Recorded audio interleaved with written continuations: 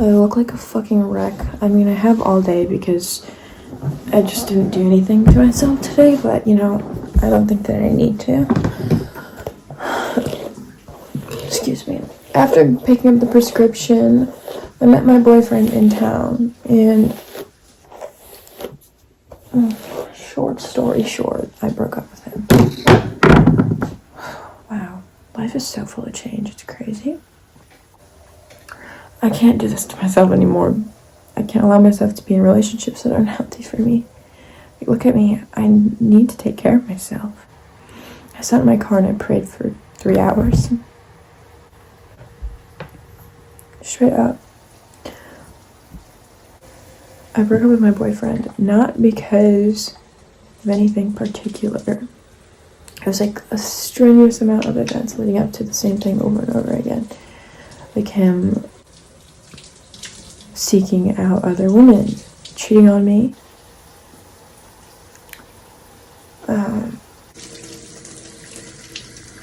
going back to his ex,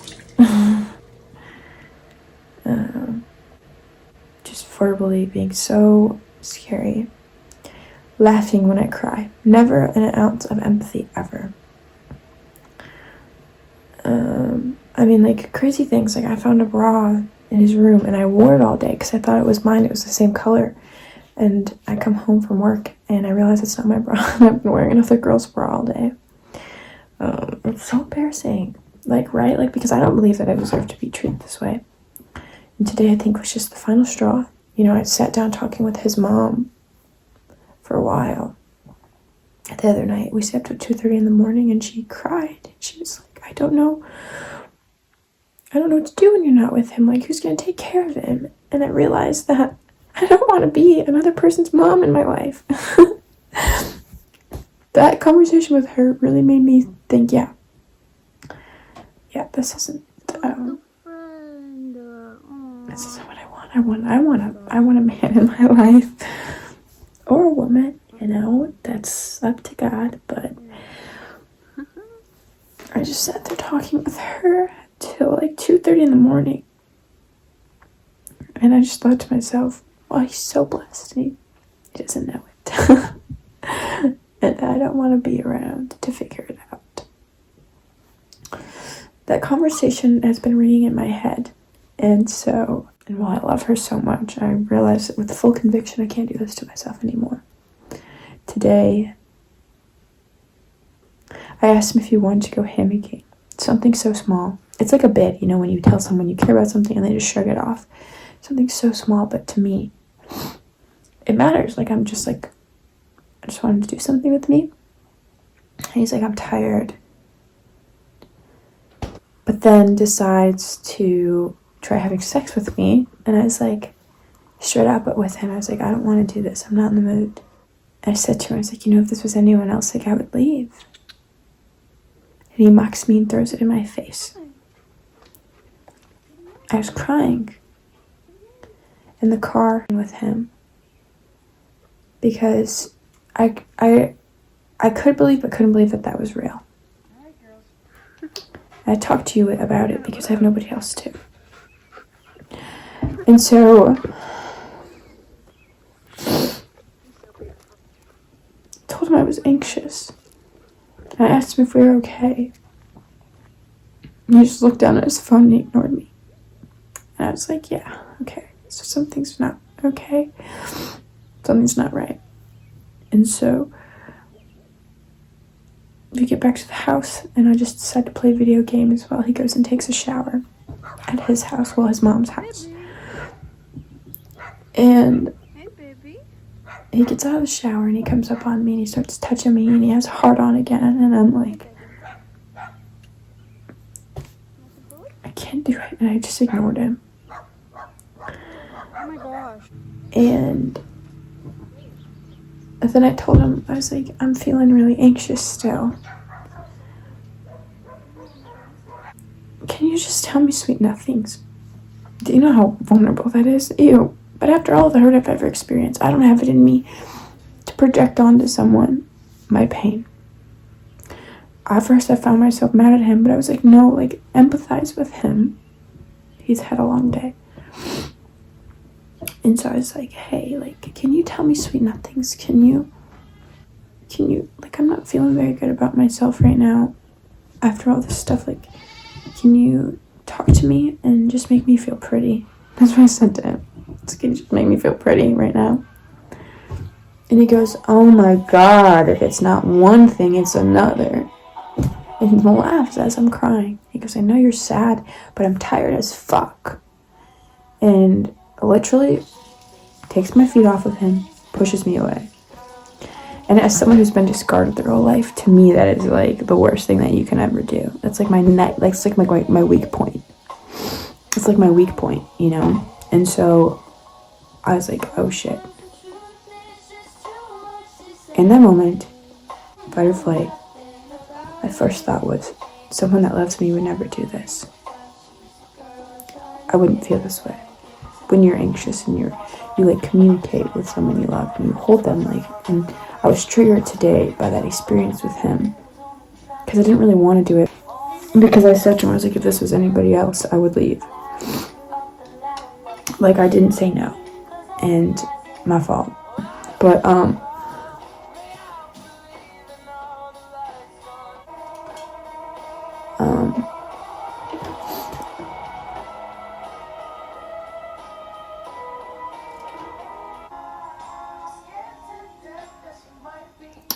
in that moment, I realized I wasn't right anymore. That alongside everything else I've left behind, deserve love, graceful love, kind love, empathetic love, human love, sensual love that listens, importantly listens as an intuitive being. 1 time too much, okay, that's their fault. 2 times, okay, that's your fault. 3 times, I might even say it's my fault. 27 times, yeah, it's my fault. I've gone back every time. You know, the dating, the seeing his ex, the fucking random girls on Tinder, the going to Nashville, the random chicks, you know, Snapchatting them for nudes, all of that stuff. I personally never cared. Been cheated on before, don't care. My fault for allowing that, because I think that how could I expect someone to cater to my mental, right, if they can't cater to me as a person? And so it is not enough to just sit next to somebody, to just love their body. It's not enough. He's like constantly critiquing and downing my passions for social media, and I don't even do it anymore. And I'm like, wow, that's wild to me. I don't want to be around you. Like everyone before you, I don't want to be around you because, ew, like such a lack mindset, right? And that bleeds into my like for you, right? And how you treat other people bleeds into my like for you. And like think of it as like a meter. And the more they did nasty shit, the more the meter went down. But I was like, nah, I'm just going to fill it back up by loving them. Filling my own meter up with my own love. Right? I'm filling their meter up too. And I realize, oh shoot, I'm doing this again. The same thing I did in the past where my ex slept with my friend group and I mothered him and he lived in my apartment and I paid for everything. His bills, rent, car payments, everything. Not a single drop in his name. Oh shoot, I'm mothering them again. I'm mothering my dad. I'm mothering my mom. By allowing this behavior. I'm like a little girl again. Thinking I deserve to be treated that way. Double homicide. No, for real. And also, he laughed while I cried. And he's always gotten off to hurting people, like it's his thing. Hi, but I thought like I would be different, you know. Yeah, eye boogie, let me get it. Get the eye boogie, hold on. And stupid me. My keychain broke in his bed somewhere. He picks up my keys, he puts them on my laps, and he picks me up and he puts me around his waist. He puts me at the door. And I said to him, I was like, no, you're not getting it. Like, I just want you to see me beyond my physical. To see me beyond my physical. I said to him. That is so cutthroat as far as like how bad it hurts. Like, that made me feel like a shell of a human being asking to be seen. the bare minimum. And I realized, oh shit, if you have to do this, this isn't someone you should be dating. Now, I never saw any of the stuff he did before as issues. I forgave him for everything and never held it against him because that's horrible. I believe that people can change, but you do it time and time again, and they actually just leech off of how much you're giving, right? And then every time I stop giving, he gives tenfold, and then he stops. A week later, a week after, it's perfect. His behavior always goes back to normal. I put myself in tumultuous situations for a consecutive amount of years to the point where it's like, Miss Girl, what are you doing now? I feel like it holds me accountable by recording these thoughts. I just prayed in my car for 3 hours to the void of God. And so, I'm gonna be real with you, I need some faith, because this is really hard. When you try and try and try and you're constantly met with rejection. But I'm free, right? And so that is something I'm sending gratitude to, despite the pain. Because the pain is equally balanced alongside love for the freedom that I have created by leaving all of the pain that does not serve me. Life isn't supposed to be about pain, right? Like you're just another average Joe living your life. And you've got your routines, and I've got mine. But when it's all you've known and all you've experienced, it's kind of like you're trapped in that mental place of pain. You can't get out of it. And so creating these videos and things are just kind of my way of getting out of it. Just sitting and being real, or just sitting and being honest about what I'm experiencing despite it. So that maybe someday I can learn from this me. I'm hurting a lot, but I've cried all my cries out. And I'm currently feeling very unlovable.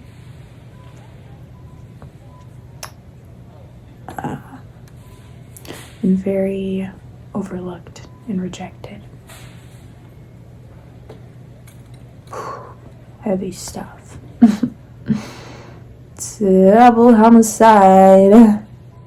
I don't see that pain as a weakness, but actually as something that is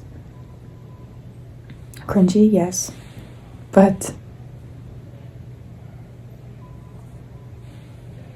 a part of me. And I cannot lie and smile when I'm hurting. I'm hurting.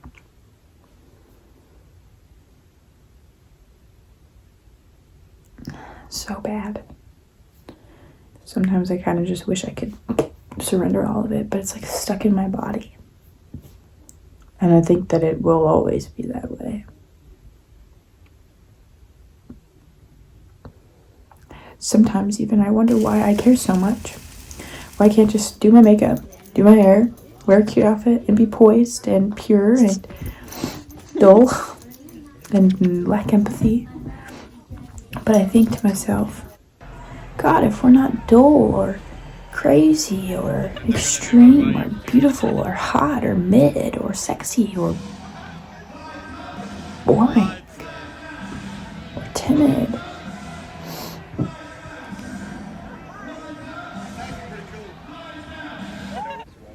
it's okay to be mad. And that part of me that craves my parents, that craves love, needs to meet this type of pain to be aware of it. I wouldn't be aware of these cycles that I keep repeating if I didn't keep repeating them. And in that madness, maybe we'll find that self-love is somewhere in there. I don't know if I'm going to put this in here. It sure does feel good to talk, though. Have you ever loved someone and you've ever felt overlooked? It is a feeling I never wish upon anyone. Especially if you ever felt overlooked by your parents, by friends, or your lack of friends if they're not here anymore. Your lack of siblings because you grew up in a life where you're pinned against each other for whatever that's supposed to do, but it's just normal. If you've ever experienced that type of grief, moving around from place to place, to place to place, to place to place, and now you're older and you don't know who you are, but you know what you like to do, and you've learned so much, and you just don't feel like you belong.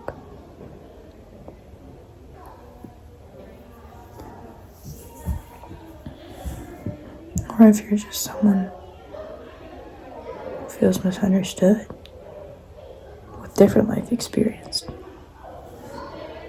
I just hope that we should be good.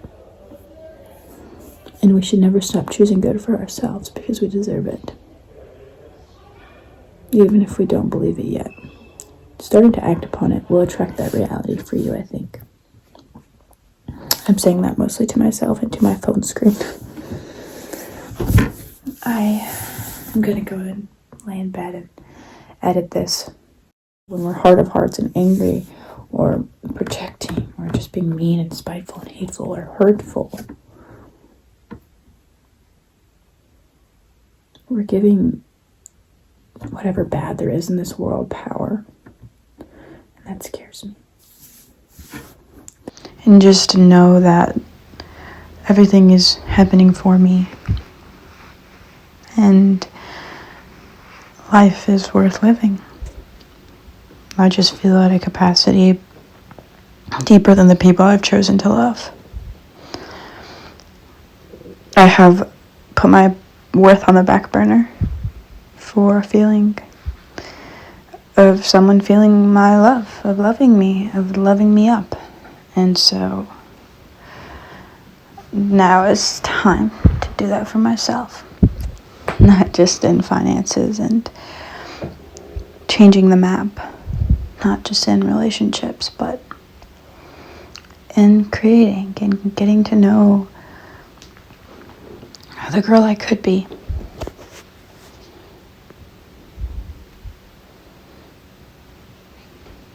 If you felt at all like this before, I'm sorry. But I'm so proud of you.